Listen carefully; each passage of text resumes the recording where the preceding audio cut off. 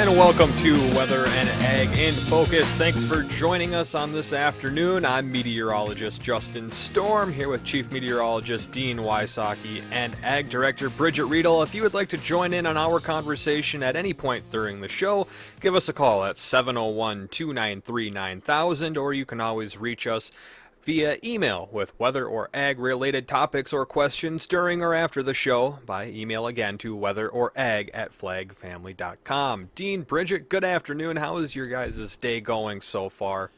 So far, so good. How about you, Bridget? Doing pretty well. I'm just wrapping up some rhubarb pie for lunch, so I call this a win. Ooh, Just saying. Are you going to share with us on Monday? No, because it'll be gone by then. Just no. No. Not even, that wasn't even close. It's all mine. It's all Didn't even try. No, you guys, it seems like a good day out there. A lot of combines were rolling yesterday, and I think that's going to continue today as well. So happy harvest to all of our farmers. Right.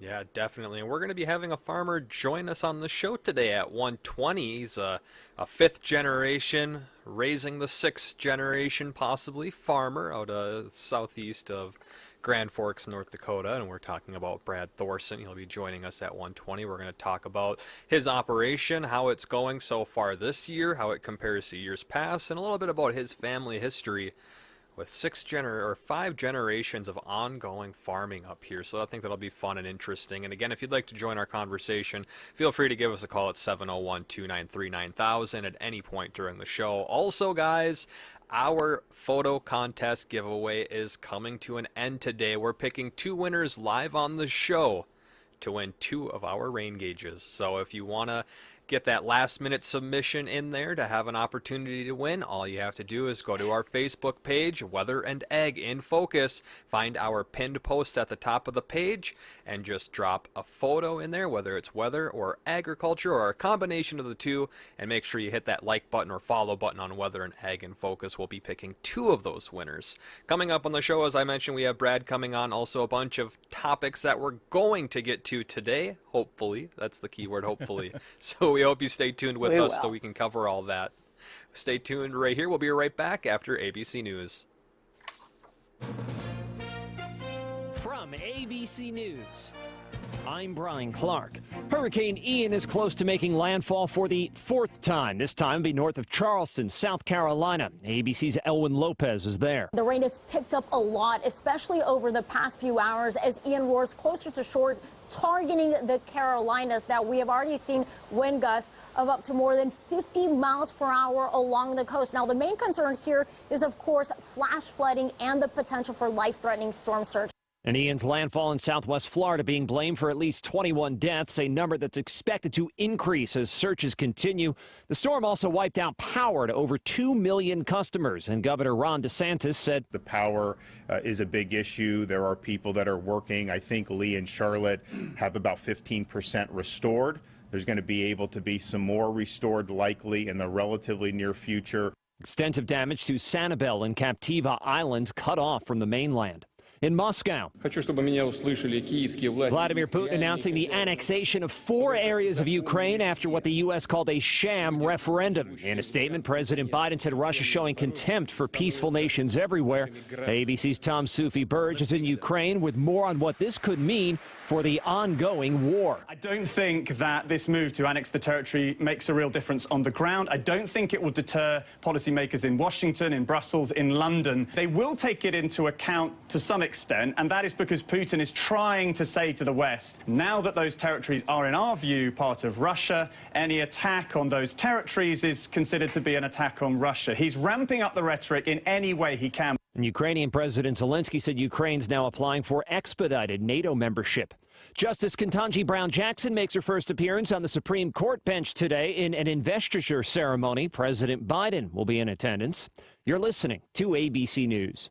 The IRS doesn't mess around. If they want your money, they'll take it. They can take your paycheck and bank accounts too, even threaten your home or business. Don't take on the IRS alone. If you owe back taxes, the smartest thing you can do is call Optima Tax Relief. The experts at Optima specialize in a powerful IRS tax assistance program called the Fresh Start Initiative. And their clients that qualify are saving thousands. One call starts the process to stop the demand letters, stop aggressive collection actions, and stop the IRS from targeting you. But don't delay. It's important to act now while you still have options. Optima is A+ rated with the Better Business Bureau. Optima has already resolved over $1 billion of tax debt for their clients. Get your life back. For tax help you need, for tax help you can trust, call Optima now for your free consultation. Call 800-343-6460. 800-343-6460. 800-343-6460. Optima Tax Relief. Some restrictions apply. For complete details, please visit OptimaTaxRelief.com. Are you looking for something special? Something right for your needs? What about something with performance, backed by unique germplasm? Well, we're here to help you find a soulmate for your soil. Your soil mate. With AgriGold, enjoy a seed made so specifically for your soil it feels like fate. And with a team that's with you every step of the way, it's never been easier. Find your soil mate at ChooseAgriGold.com. You took the first step and quit smoking, but even former smokers may still be at risk for lung cancer. That's why SaveByTheScan.org wants you to know about a new low-dose CT scan that can detect lung cancer early. It takes only 60 seconds and could save your life. You took the first step, now take the next. Visit SaveByTheScan.org for a simple quiz to see if you're eligible and talk to your doctor about screening. SaveByTheScan.org is brought to you by the American Lung Association's Lung Force Initiative and the Ad Council. From the North Dakota's for Comprehensive Energy Solutions studios in Fargo, it's WDAY Midday, your best source for news, weather, and agriculture. Your daily afternoon focus on weather and agriculture starts now. And welcome back to Weather and Ag in Focus. We got 111 right now in the afternoon. Temperatures rounding up close to 70 degrees here in the FM Metro, although couple spotty showers around the area. We'll touch on that forecast here in just a moment, but as always, I'm joined, well, maybe I should say usually most often joined with Chief Meteorologist Dean Wysocki and Ag Director Bridget Riedel. And again, if you'd like to join our conversation at any point during the show, give us a call, 701-293-9000. That phone number being 701-293-9000. Again, we are giving away those rain gauges. Haven't quite decided what segment we're going to be giving them away in, but if you want to get an intro or a submission in there, head over to our Facebook page, Weather and Ag in Focus, and drop a photo on our giveaway contest. Now, Dean, what's the weather looking like across the area? It seems quite a bit nicer than what rolled through down in the southeast with Hurricane Ian, and you were saying that your friend's house, he made that last-minute decision to leave, and it's a good thing he did. Yeah, he left about 2 hours before the hurricane made landfall, and they're not allowing people back in there, but his son is a firefighter and had to go do a couple of rescues in the neighborhood, so the house is totally destroyed.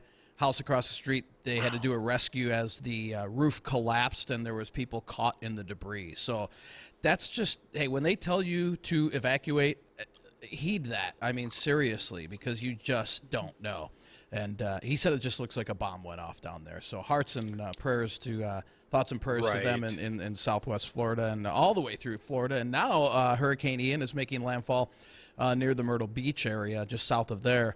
This afternoon with about 80-mile-an-hour winds and storm surge about 5 to 7 feet. So that's continuing to pummel the southeast now, and that'll ride up into areas of New England and Pennsylvania, mid-Atlantic places, and drop about 2 to 5 inches of rain there. For us, though, our weather much quieter, but it depends where you're at. Areas just south and west of the FM area, from Lisbon over towards Morton, stuck in the clouds and isolated showers, and temperatures there barely making it to 60, while we're right around 70 here in the FM area. So a good 10 degrees difference in temps, and areas just southeast of the FM area already in the mid-70s. So it depends where you're at. It's going to be a wide variety, but there's a little upper-level wave that's moving in from the southwest, and that'll give areas of the southern valley, generally south of 94, chance for a few scattered to isolated showers as we head throughout the day today. And then more showers in the forecast as we head into the upcoming weekend. But if you have any outdoor plans, go ahead. These are widely scattered. Not everybody's going to see them. So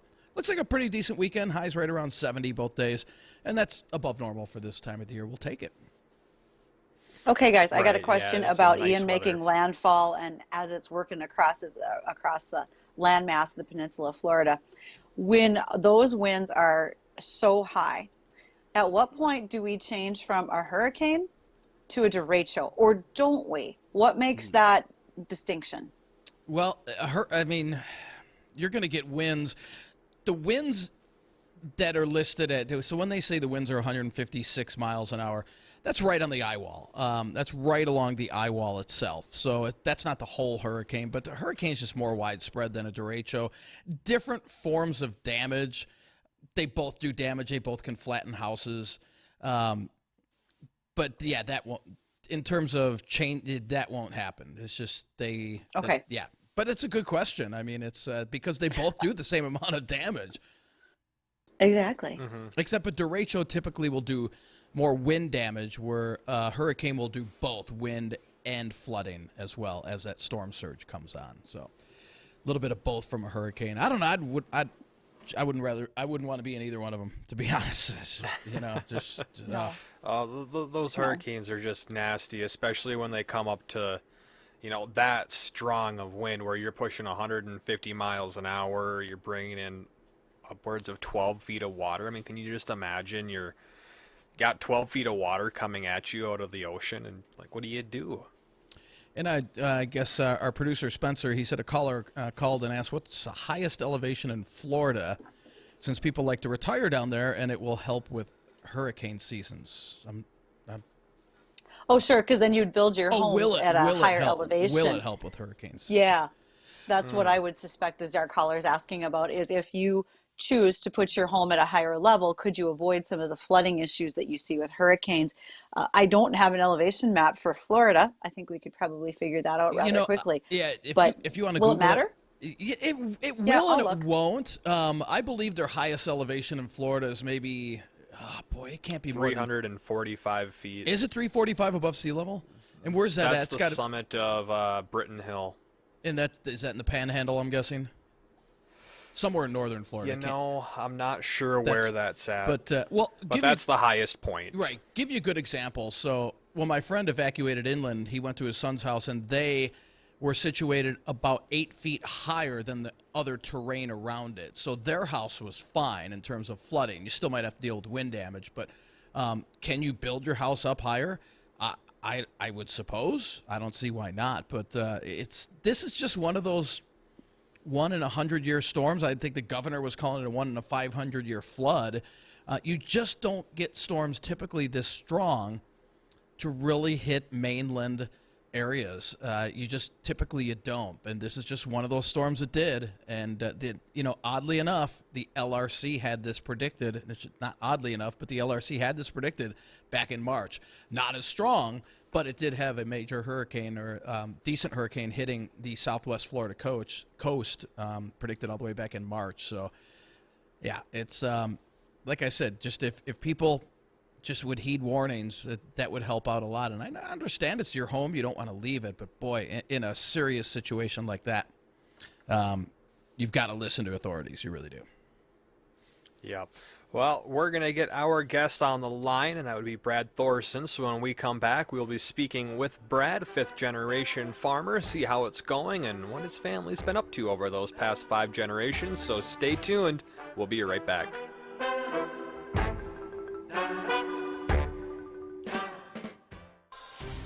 I'm David Chapman. I'm a candidate for judge. For 25 years, I've enjoyed tremendous success in our community. But it is time to give back. I love freedom, our country, and our Constitution. If elected, I will enforce the law as it is written, not as I wish it were written.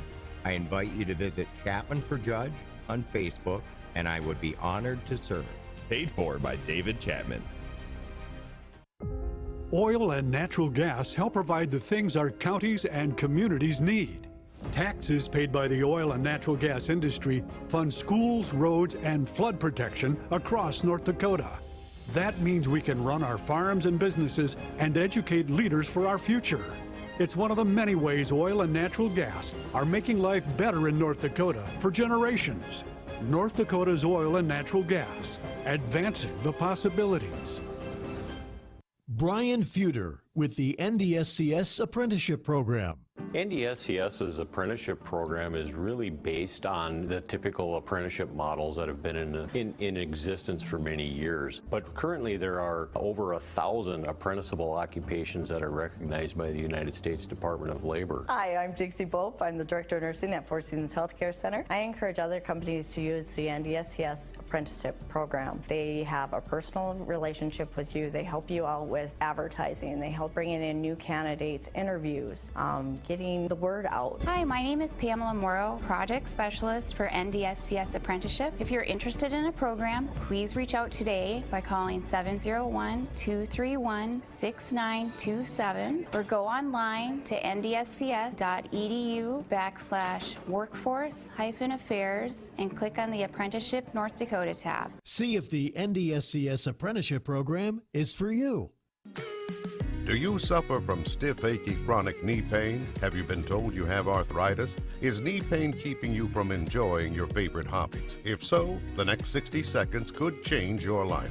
Please listen carefully. If we find you're a candidate for our unique approach, we'll do a trial treatment, and day one, you will know without a doubt if we can help you. Pick up the phone right now and call 701-353-2230.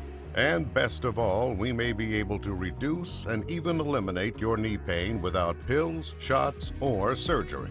But due to limited capacity, you must call now at 701-353-2230. Hurry, call now to find out if you qualify for our program that is changing lives and helping people save time, money, and agony. Call now at 701-353-2230. You have nothing to lose, so call right now.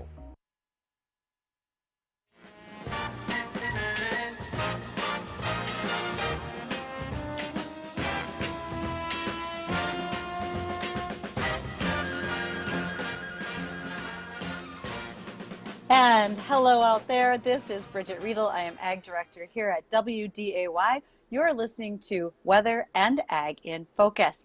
I have Chief Meteorologist Dean Wysocki and Justin Storm, Meteorologist Extraordinaire, with us today. And even better, we have Brad Thoreson. He is a fifth-generation farmer. He is near Grand Forks, North Dakota. He's on the line with us as our special guest. And for those who are listening, you might want to reach out and call into us at 701-293-9000. Brad, how are you? Tell us about your day in Grand Forks County. Well, I'm actually in Polk County, Minnesota. We're right between Fisher and Justin, Climax, you Minnesota. gave us the... Justin, you told us wrong. Oh, man. All right. We're taking his gold star away for the day. Oh, come on. Okay, Brad. Yeah, no. Back to where you are. You're down by Fisher, you say? Yep. We're trying to do a little bit of pre-haul this morning, but from what I heard from the Crookston Yard, it wasn't going all that great. But, they're training in a whole bunch of new employees on the pilers, so I'm sure that's playing a hand there. But because of the temperatures, we're not able to fully run yet. So that tells me you raise sugar beets on your farm. What else you got over there? Soybeans and wheat. And we are actually done with the soybeans as of Wednesday, I think we finished. Wow. That's awesome. How did that go for you, Brad? It was pretty good. I mean, soybeans are they go fast through the combine. So, I mean, it wasn't the greatest crop we've ever had, but, I mean, we had such a late spring that you really couldn't be too disappointed with what you had. Right. So it was, could you say it was more than what you were expecting you were going to get out of it, or did it kind of fall below? No, I think it landed right where I thought it would. I mean, we were anywhere from 40 to 50 bushels per acre. So that's, I don't know. I mean, it's not a bumper crop by any means, but it's technically 40 times better than last year. Right. That's a good way to look at it. And Brad, so we're expecting our first real widespread hard freeze. Many areas have already gotten a frost, some a light freeze, but it looks like by the end or towards the end of next week, our first real shot of some really cold air coming in from Canada. How will that affect your harvest at all? I mean, we have to stick between a certain temperature range for piling beets, but generally, I've seen it drop down to about 24 degrees. It's not so much how cold it gets, it's how long it stays there. Okay. So we keep the rotobeater very close to the lifter, and that acts kind of like an insulator for the beets. So Crystal will start to send out messages like catch up to the rotobeater, and I think guys are getting better at it all the time, but there were farmers even 5 years ago that they'd have topped 80 acres ahead, and you can't do that anymore. Okay, Brad, hang on. You were using good. They are not good to be in the pile, and you were using some terms there that maybe not everybody's familiar with when you said the rotobeater and topping beets. So, because some of our listeners are not on the farm, could you explain that to those who might be hearing those terms? Okay, so the rotobeater is basically a big grinder or a mower, if you want to look at it that way, and that will go down the field, down the rows, and remove the tops from the beets so that we can get access to the root, which is what the lifter is going to be extracting from the ground. More or less, the rotobeater controls a lot of our quality issues in the pile as well. So, you got to have a pretty good idea of what you're doing there. And like you said, when you're controlling quality, you don't want frozen beets going into the pile because those are just going to create, a rotten spot in that sugar beet pile as the winter rolls on. Okay, fair enough. Yeah. And Brad, I believe we were talking earlier, and Bridget, correct me if I'm wrong, but I can't remember exactly what the terms were that you said, but there were some things that were a little low, or the yields were a little low on the sugar beets with the pre-pile from a few weeks ago. Is that correct? Is that what it was? The yields were low and the sugar content was a little low? No, Tons were down very good. Sugar was good. Yep, there we go, Brad. Keep going. Yeah, could you expand on that? Is that kind of the same trend that you're seeing right now, or are things looking better than what that outlook was a few weeks ago, Brad? Well, we got, personally on the farm here, I think we got about 3/4 of an inch of rain last week over a few-day period, and that's going to see your tons bump up pretty rapidly at this point. But during pre-pile, it's been dry for quite a while, so we had low tonnage but high sugar, which is, I guess, personally, I'd rather haul sugar than tons. So you're just moving extra water at a certain point, but you got to take it all together. Right. Yeah, and how I like that throughout analogy. That is a good one. How about over the year as a whole? How have things been on the operation? Is it, outside of the late start because of how wet the spring was, has it kind of been like a fairly average year for you guys, or have you run into any issues that you haven't ran into it in years past where it kind of set you back a little bit, or it was just an unexpected hiccup that kind of threw a wrench in the plan?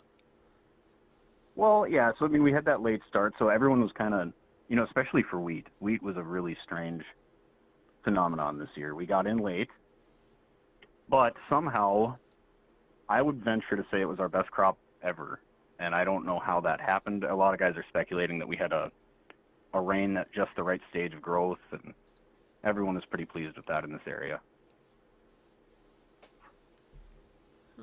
That's good. And I remember a story that you were telling me just the other day, because me and Brad ran into each other up here in Grand Forks a couple of weeks ago, and you said something about corrupted files on one of your on one of the tractors. Do you mind? I don't know if you want to, but do you mind explaining what was going on with that and what those corrupted files ended up doing? Okay, yeah. So our local guy out of Crookston here actually solved it for us, but we run a system called AutoPath, and what that's doing is you've got a receiver, so a GPS receiver on your tractor and on your planter. And so we're a 24-row planter. So as this machine is moving through the field, it's recording the exact location of every row. So when you come with subsequent passes with like the rotobeater or the lifter, the tractor itself actually knows where the beets are. So you don't necessarily have to even run a heading, which would be, your north, south, east, west, however you want to plant your field. But so the subsequent passes know where the beets are. So all you have to do is point in the direction, and the tractor will take over, be it a headland or a regular pass through the field or even a curve track, which is really handy. But where was I going with this? So your corrupted files. Loaded yeah.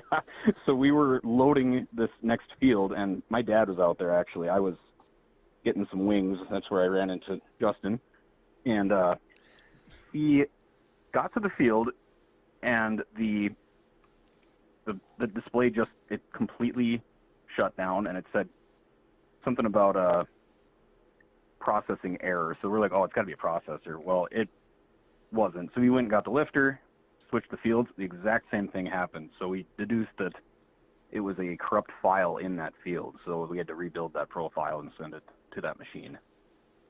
And now it's all good. So any ideas on what would have caused that to get corrupt? No, there's, the data that we're working with isn't really, it's not big files, but they're very specific. And if anything goes wrong, it just, it's hard to explain, but 95% of the electronics issues in a tractor, you just got to try the old, did you turn it off and on again? And most of them will solve themselves. This one was not that way. Oh, well, thanks for explaining that, Brad. We're going to hit bottom of the hour real quick, so when we come back, we'll continue our conversation with Brad, and if you have any questions that you'd like to ask us or Brad, feel free to give us a call at 701-293-9000. Hang on right here. We'll be right back.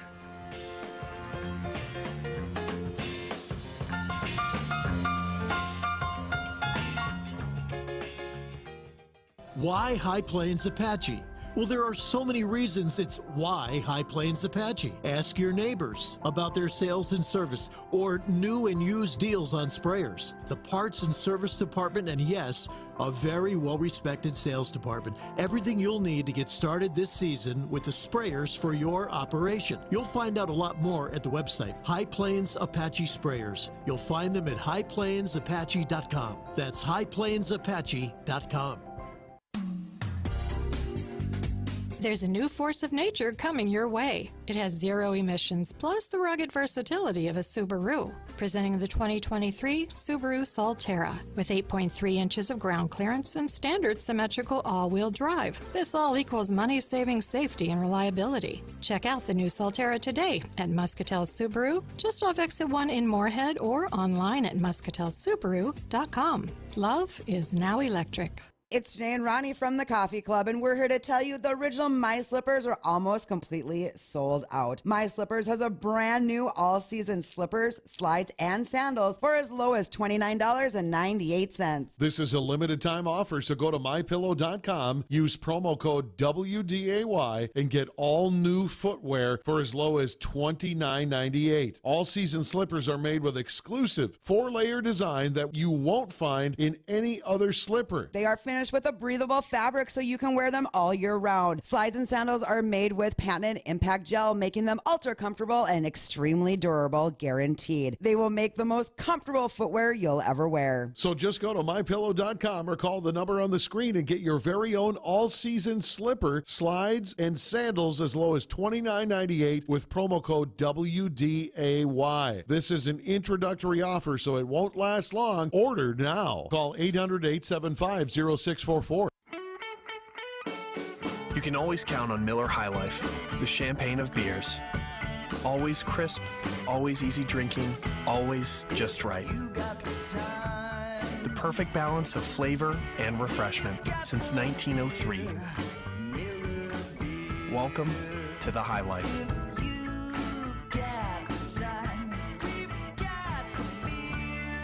'19 Miller Brewing Company, Milwaukee, Wisconsin. Celebrate responsibly. We gather together in communities across the nation to remember and honor, to celebrate and support, to light the night. Join us as we lift our lanterns high in order to move toward a world free of blood cancers. Join us as we light the night for a loved one. Join us. We are the Leukemia and Lymphoma Society. Our mission is to cure leukemia, lymphoma, Hodgkin's disease, and myeloma. Our aim is to improve the quality of life of patients and their families. Join us. We are LLS, and when we walk, cancer runs. Join your community and help bring light to the darkness of cancer. Join us as we light the night. Find your local event at lightthenight.org. That's lightthenight.org. The thrill and excitement of homecoming are on tap for Moorhead tonight when the Spuds host Sartell. King Elenius and Queen Grace lead the parade onto Jim Goda Stadium. The toss of the coin, line up for the kickoff, and we are underway. Homecoming festivities at its best. Spud football, Moorhead and Sartell, 7 o'clock tonight on 970 WDAY 93.1 FM.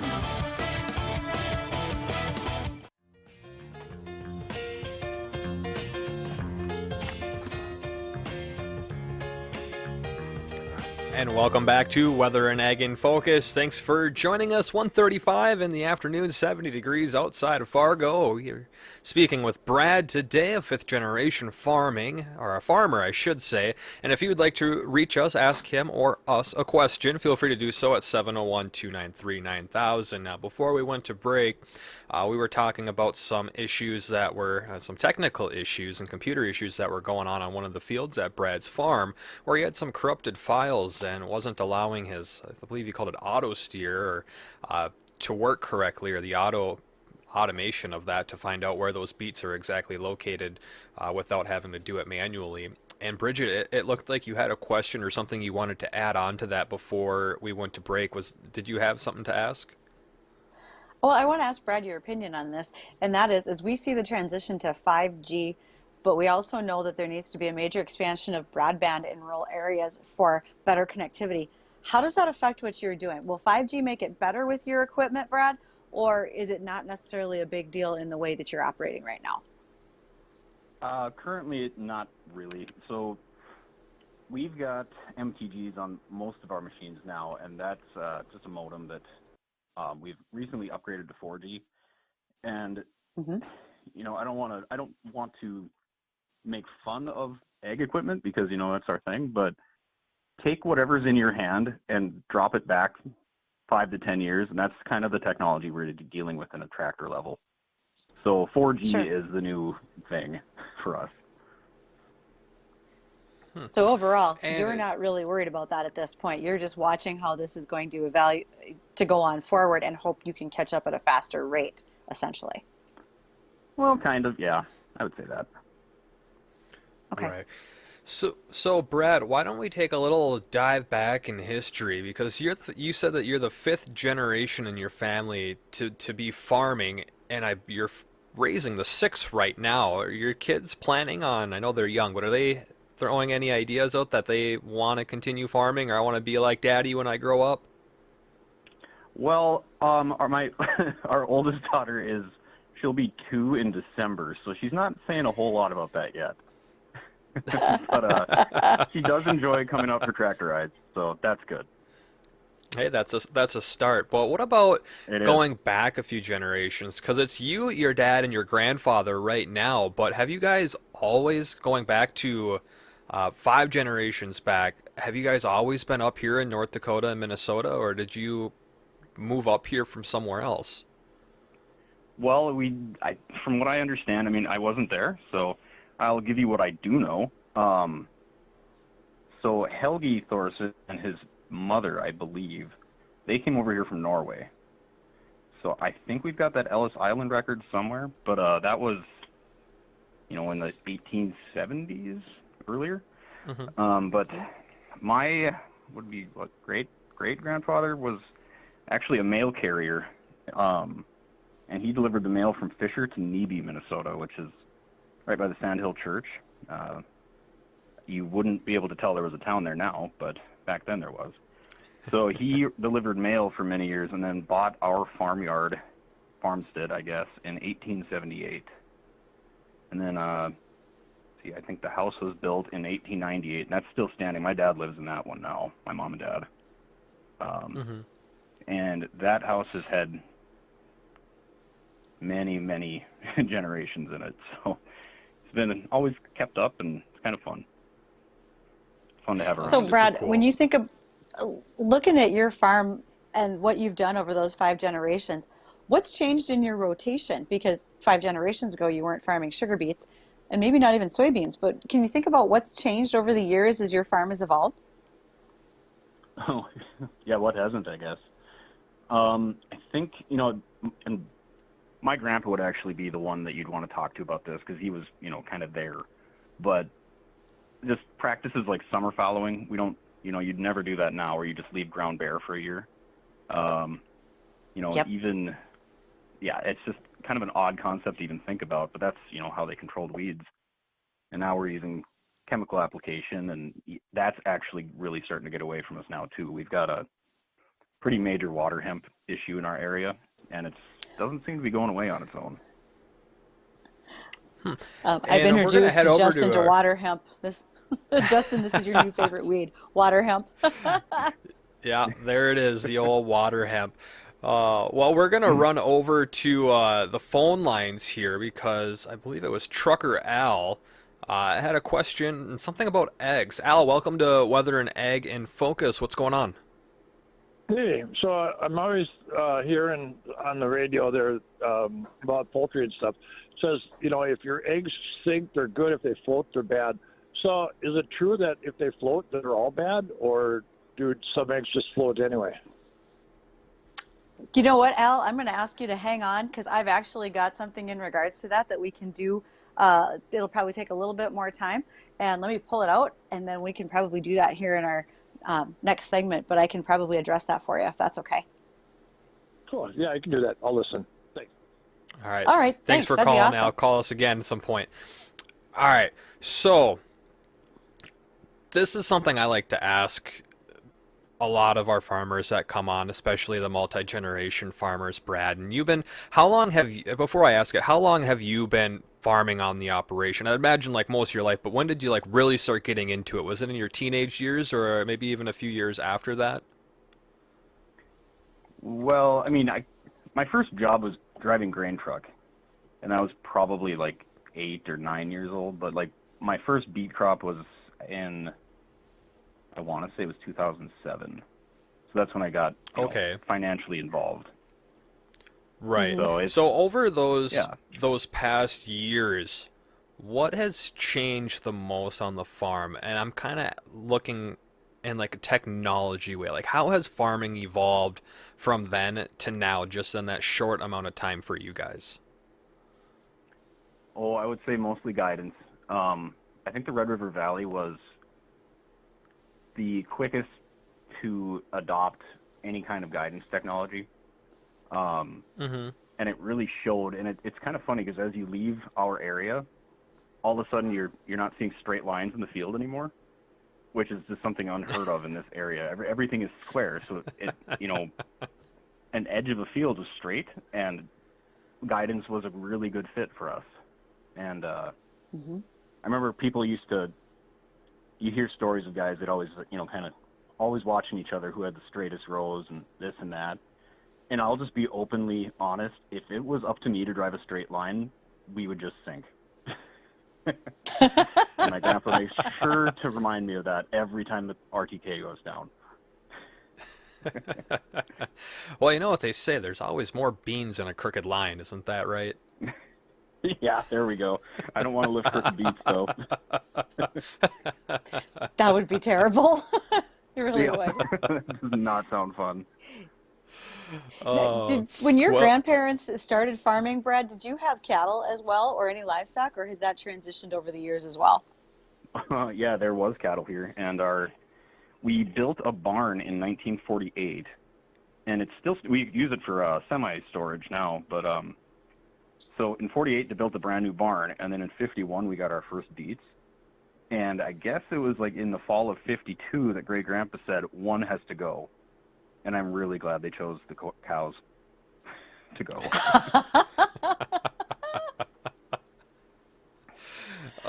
I think you're not the only one to say that in many cases. Yep. Yes, that would probably be true. Uh-huh. Yeah, Right. Got it. Oh, definitely. Well, Brad, I want to thank you very much for joining us today, and I hope that the rest of the harvest goes well for you and your sugar beet crop looks great and you don't really have to deal with any bad weather. I guess before we say goodbye, what would be like the ideal forecast over the next 7 to 10, 14 days? Or maybe I should ask, what's the time frame that you're looking at before you guys are going to be finished with harvesting beet, assuming that it's good weather? Oh, well, I mean, so you're asking like what the time frame is to get beet harvest done? Yes. Okay. I don't know if that's full operation now or if it's just coming up. So yeah, we're actually not going to be starting in our area until Tuesday at 12:01 a.m. because of the warm forecast here. But when we do get full up and rolling, their whole system is designed to take 10% of the crop a day. So your ideal harvest interval is 10 days. I've seen that go. We actually set the record like in 2016. I think we were done in 5 days, which is really wild. Because in 2019 we finished on October 38th. It was November. It was a bad year. Mm-hmm. I think I know which year you were talking about right there. And yes, it was a very bad year. Yeah. Oh, well, Brad. I know. Well, I remember. Yeah. If you're waiting for that time frame, what again is that range in temperature that you like? You don't like it to be too hot, so generally, 70s or lower, and it can't be below freezing, correct? Right. So I think it's highest root temperature can be 55 degrees. So it needs to be pretty chilly. So if you could just keep us set it at 47 and let us roll. 47 all day, all night. Hey, you'd be getting there done in 3 days for that weather. Yep. Well, I'll tell you what, Brad, the extended forecast out that far doesn't look too wet. It looks relatively dry, and we're going to be seeing a cool down in temperatures after Tuesday. We'll see temperatures bouncing into the 60s and 50s for highs with overnight lows. For the most part, upper 30s to lower 40s, although I am expecting a couple nights where we're going to dip down below freezing coming Thursday night and maybe also Wednesday night as well. But overall, I think that it should be all right for you. Nice. That's good to hear. Well, Brad, thank you very much for joining us on Weather and Ag in Focus, and we'll talk soon. All right. It's always fun visiting with you. Oh, it definitely is. We'll have to get together for some wings one of these days, I got a feeling. Well, when we come back on Weather and Ag in Focus, we still have to pick our 2 winners for those rain gauges, so we'll do that, and we still have a handful of topics that we're going to get to today, so stay tuned. We'll be right back.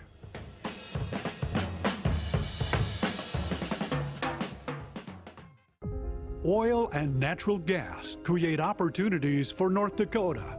In fact, over 50,000 North Dakotans have good-paying jobs thanks to the oil and natural gas industry. Real people finding prosperity in their careers and bringing it home for their families and communities. It's one of the many ways oil and natural gas are making life better in North Dakota for generations. North Dakota's oil and natural gas, advancing the possibilities. Brian Feuder with the NDSCS Apprenticeship Program. NDSCS's apprenticeship program is really based on the typical apprenticeship models that have been in existence for many years. But currently there are over 1,000 apprenticeable occupations that are recognized by the United States Department of Labor. Hi, I'm Dixie Bope. I'm the Director of Nursing at Four Seasons Healthcare Center. I encourage other companies to use the NDSCS apprenticeship program. They have a personal relationship with you. They help you out with advertising. They help bringing in new candidates, interviews, getting the word out. Hi, my name is Pamela Morrow, Project Specialist for NDSCS Apprenticeship. If you're interested in a program, please reach out today by calling 701-231-6927 or go online to ndscs.edu/workforce-affairs and click on the Apprenticeship North Dakota tab. See if the NDSCS Apprenticeship Program is for you. I'm David Chapman, and I'm a candidate for district judge. Our courts were designed to interpret and enforce the law. Our courts were not designed to write the law, which is the job of our elected legislators. In North Dakota, our judiciary carefully respects this special role, and I am a candidate because I wish to use my years of experience to continue that tradition of enforcing the law regardless of personal preference. If elected, I would be honored to serve. Paid for by David Chapman. Quarter wheat move higher with soybeans under pressure after the USDA reports out on Friday. This is the American Ag Network of Jesse Allen with this closing market update. Well, USDA's quarterly grain stocks and small grain summary report out Friday was friendly for corn and wheat, while it was bearish for the soybean side, as USDA pegged September 1st corn stocks 1.377 billion bushels. That's down from previous estimates below the pre-report trade expectations. USDA increased the size of last year's soybean crop by 30 million bushels, accounting for the trade's miss on that stock's number. Now, the wheat crop pegged at 1.650 billion bushels for 2022. That was down 133 million from USDA's August estimate. You look at those numbers, saw some spreading with corn and wheat moving higher, beans moving lower Friday. Throw that in with what's going on with Russia, Ukraine, and the escalating tensions there, the backdrop of the macro picture, and we saw an interesting trading day to wrap up the month of September on Friday. A look at Friday's final numbers. December corn, that finished the day 8 higher, 677.5. March corn up 8, 684. Soybeans, November down 46, 1364 3/4. January down 45, 1375.5. October bean meal down 590 a ton, 403.20. October bean oil 213 points lower, 65.35. December Chicago wheat 25.25 higher, 921.5. March up 24 at 932. KC wheat December up 24 3/4, 991.5. Spring wheat December 15 3/4 higher, 981 3/4. March spring wheat up 14 1/4, 984.5. Lean hogs October down 22, 89.22. December up 50, 76.22. Feeder cattle for October down 315, 174.17. And feeder cattle for November down 320, 174.62. Live cattle October down 85, 143.27. December down 72, 147.05. This is the American Ag Network. I'm Jesse Allen reporting.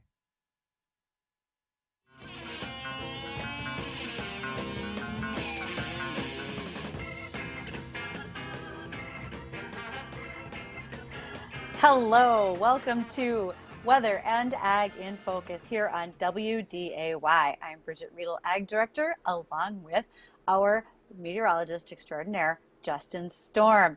Before our break, I had a chance to get a question from our friend trucker Al, who wanted to know about whether or not fresh eggs should float, or what does that mean when we talk about why eggs should float or not.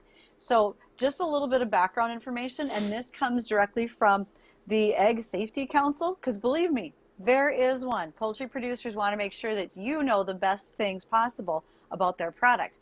Well, eggs can float in water whether they're fresh or older. They have an air cell in the back of the egg that as it ages, it will change the buoyancy. So an egg can float in water when that egg cell has enlarged and keeps it buoyant.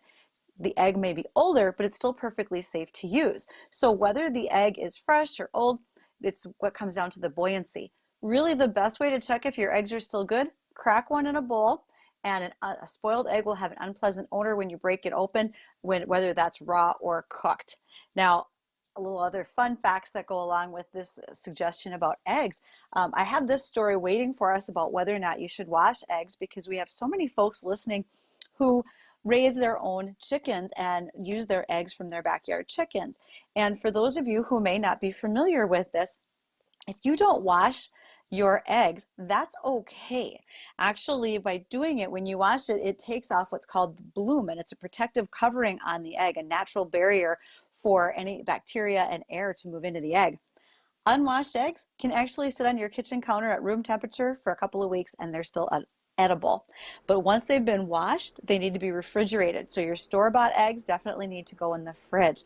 The U.S. is one of the few countries where we store our eggs in the refrigerator. Other countries don't wash them, and people keep them at room temperature for a length of time. Also, every state has slightly different egg handling rules. So if you're going to raise your own chickens and want to sell eggs, make sure you know the Department of Ag's rules in the state in which you live. So, how's that for following up on some chickens and eggs, Justin? Hey, that's really good information. I had no idea that if you had a fresh egg, you could leave it on the counter if you didn't wash it. That's crazy. Right. Just Yep, don't take the bloom off of it, and they can stay for quite some time. But most of us, because we wash them, need to put them in the refrigerator. Well, that is definitely interesting, and I don't think I'm going to keep my eggs on the refrigerator or outside the refrigerator, though. I'm just, even if they're fresh ones, I think I would always put them right into the refrigerator. Well, Bridget, our photo contest is coming to an end. Why don't we pick a couple of winners here, because we are giving away 2 rain gauges on our Facebook page, Weather and Ag in Focus. So I just have a random number generator, and we're just going to pick random comments, photo comments on there. So the first number that we're going to be picking, well, look at that, number 1, and the second one is number 9. So commenter 1 and 9 are going to be winning a couple of those rain gauges. Now the question is, Bridget, do I count from the top or do I count from the bottom? Oh, I think you're going to have to count from the top. And by the way, I just wanted to point out, do I get to win? Am I one of the commentators, or am I not allowed to respond to this? Let's talk after the show, Bridget. Maybe we can work a deal out. Sure. Okay, well, and I do want folks to know that even if you weren't part of this online with Facebook, with our page, Weather and Ag in Focus, doesn't mean you don't have chances to win, because we give away things over the air all the time. And even when we do our live shows, you'll find us. So don't worry, there's more chances coming up. But let's go back to numbers 1 and number 9. And Justin, who do you have? Our winners are Terry Thornton and Jason Linseth.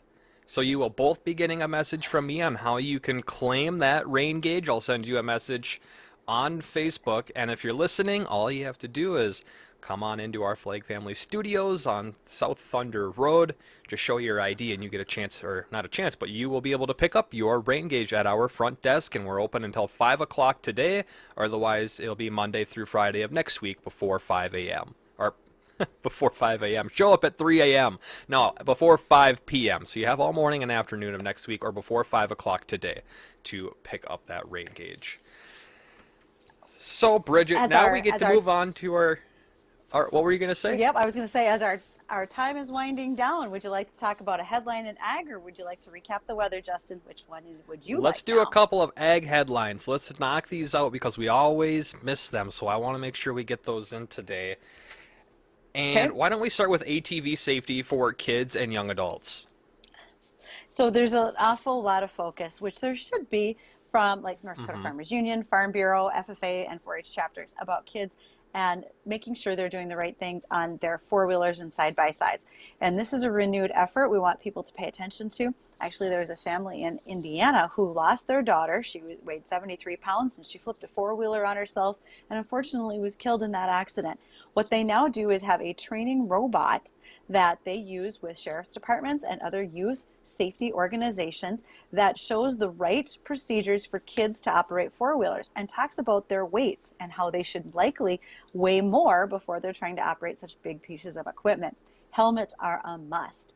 And what is also nice is when they use this little robot on the four-wheeler, an adult is voicing the voice of the robot, so the robot can interact with kids and adults and answer their questions in a friendly way and encourage their safety when it comes to using ATVs, whether around the farm or elsewhere. And I think that's an awesome reminder for all of us to keep our kids safe when they're out in these things.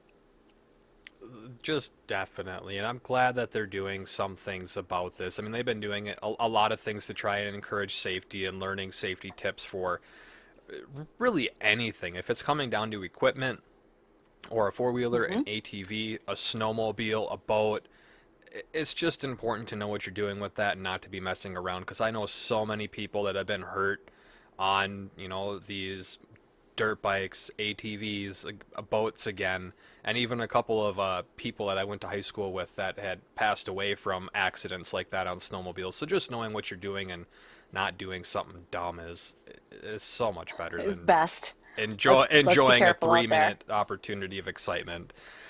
Bridget, let's get one more before we got to get on out of here, and I think I might end up butchering this, but asphyxiation?